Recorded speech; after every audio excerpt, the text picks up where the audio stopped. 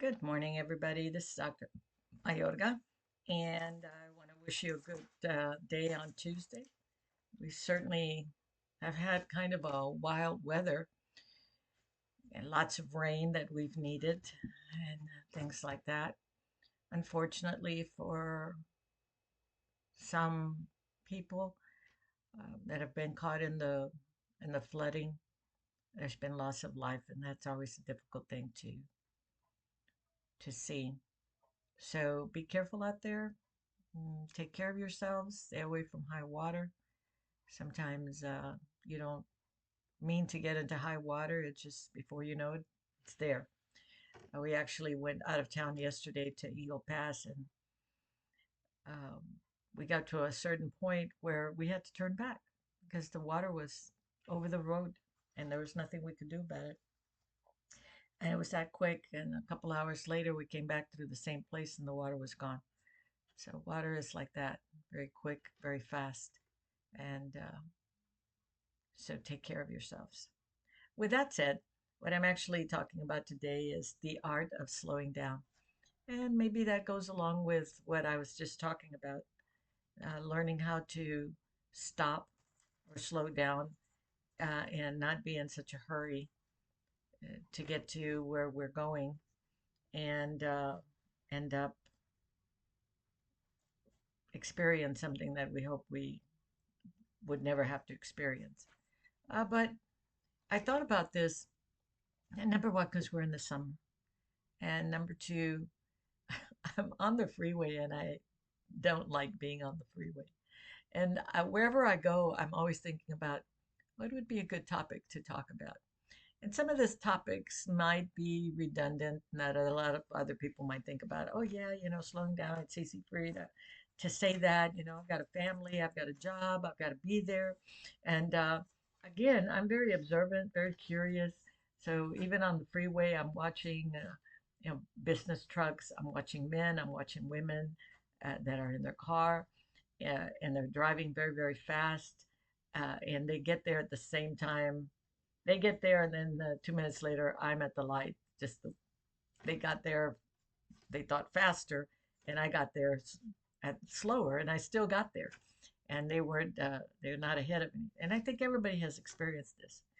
So I just kind of, wrote 10 things that I think we can think about. It's easy for me to sit here and say, oh, slow down, do this, do that, and there'll be another person saying, oh, well, you don't live in my house. I've got I've got kids, I've got a husband, or I'm by myself, but I've got dogs and I've got to do this. My job requires that I go to work at 5 o'clock in the morning, which by the way, I know about that. As a surgical nurse, I would get up at 5, have to be at the hospital by the latest 6:30 because I had to put together the operating room. I had to open up the instruments. I had to make sure that there would be gowns available for the doctor and myself.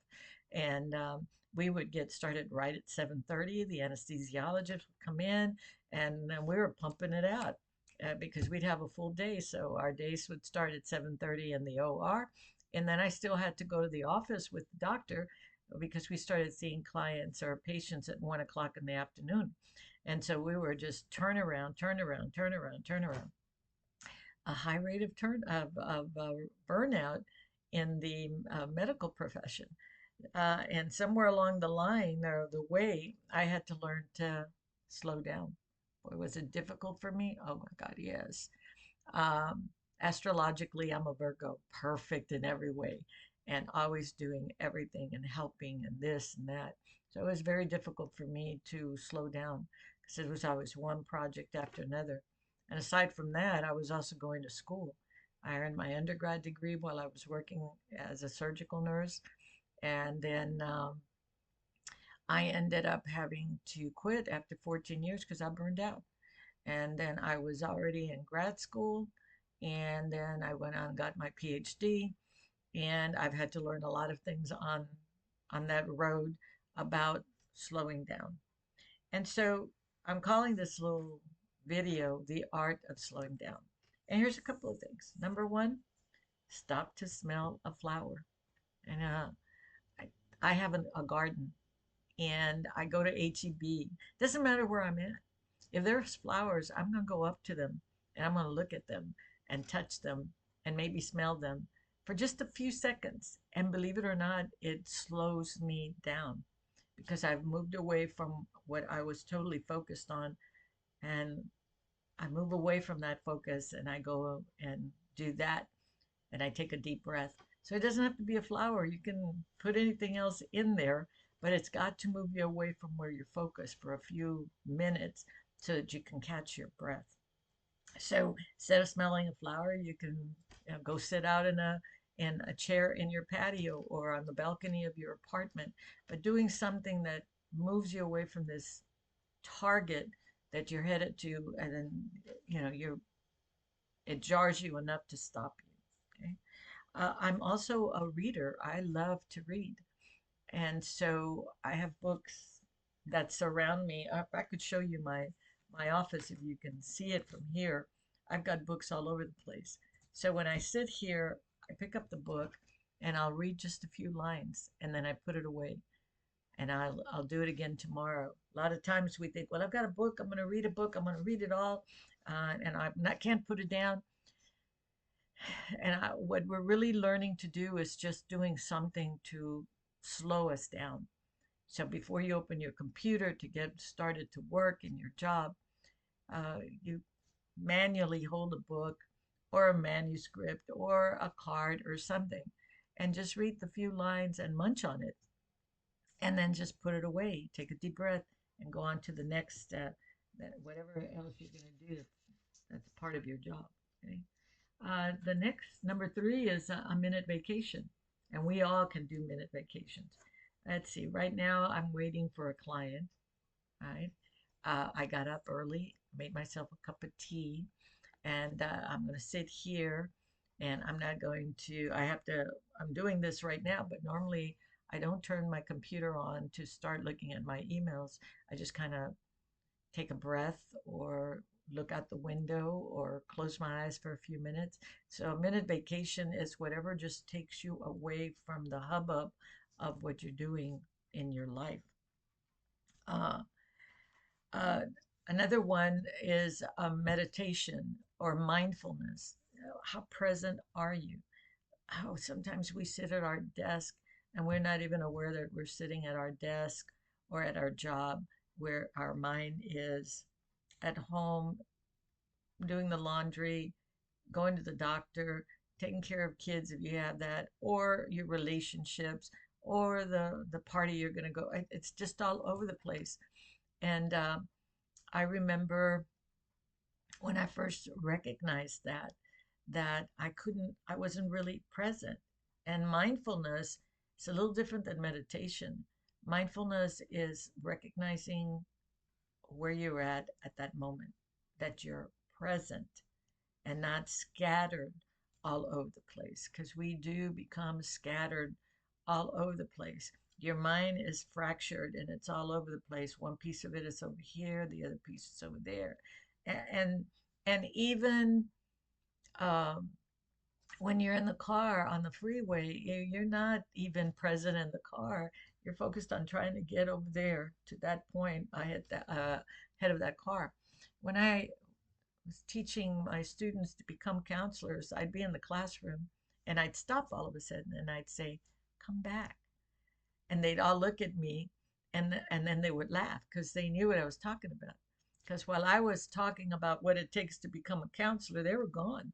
Well, they're thinking about dinner because it's 7 o'clock in the evening. You came here from work, you're tired, or you're thinking about what you're going to do when you get home. So your mind wanders in and out. You're not totally present. So practicing mindfulness is practicing being present. Another one is number six. I've got them listed. They're 10. How do you ever recognize that your heart is beating 100 miles a minute because of all the things? You're not even paying attention to it, but when you do slow down, you realize your heart is beating very quickly. So how do you slow that down? It's really amazing, but just putting your hands on your chest will make your body be aware and will begin to slow you down. It makes you think about taking a deep breath. and slowing down. So that's part of that mindfulness. I'm so all over the place. I'm all check your shoulders. Are they all tight? You know, put your hands on your shoulder to remind yourself to lower your shoulders, to relax your shoulders. Okay. Number 7. This morning, I have a cup of tea, chamomile and hibiscus. So instead of a Diet Coke or coffee, I have a cup of a tea that will wind me down or calm me down. So one less cup of coffee, one less Diet Coke, or one less Coke, or one less beer, or one less whatever can also help us gain back the attention of our body. Look up. I have, when I was growing up, my mom used to say, Mary, lift your head up, because I was looking at the ground all the time. I wasn't really aware of what was going on. And sometimes taking a moment to just look up, that recalibrates you, if you want to use that word, as to what's going on. So taking a moment to just relax in your chair and look up. Take a deep breath. It distracts you from everything that's going on right here. Okay. Number 9, seek counsel for wisdom. If you're a person that likes to read the Word of God, well, go right to Proverbs and Psalms, and you'll get some really good feedback about practicality and wisdom. If not, if you need to talk to somebody, seek out counseling. Somebody that will give you positive feedback or really help you look at the picture. I see a lot of clients that come in because they're highly stressed. And it takes an investment on your part to remember or to recognize what do you need to get rid of to be able to balance yourself. It's really all about balance. And then the last one is push away. When I was working at one university, I began to get up from my desk. There's something about, oh, I've got to do one more thing. Oh, I'll eat my lunch at my desk. No, I really can't get away. I would go to a colleague and say, let's get off campus and go to lunch. No, no, I can't. And she'd be eating at her desk and trying to get caught up with work, and she never got caught up.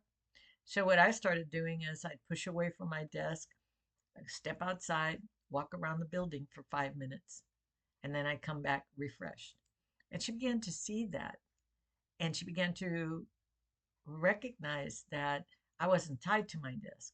So then, and she would see me go off campus to go have lunch just to break away. And I live in a place where there's a lot of missions. So I'd pick up a lunch and go sit on a bench and just watch the tourists, tour the mission places. And so then she began to come to my office and say, hey, can we get off campus for lunch? And she began to get used to that. So that now there was this expectation.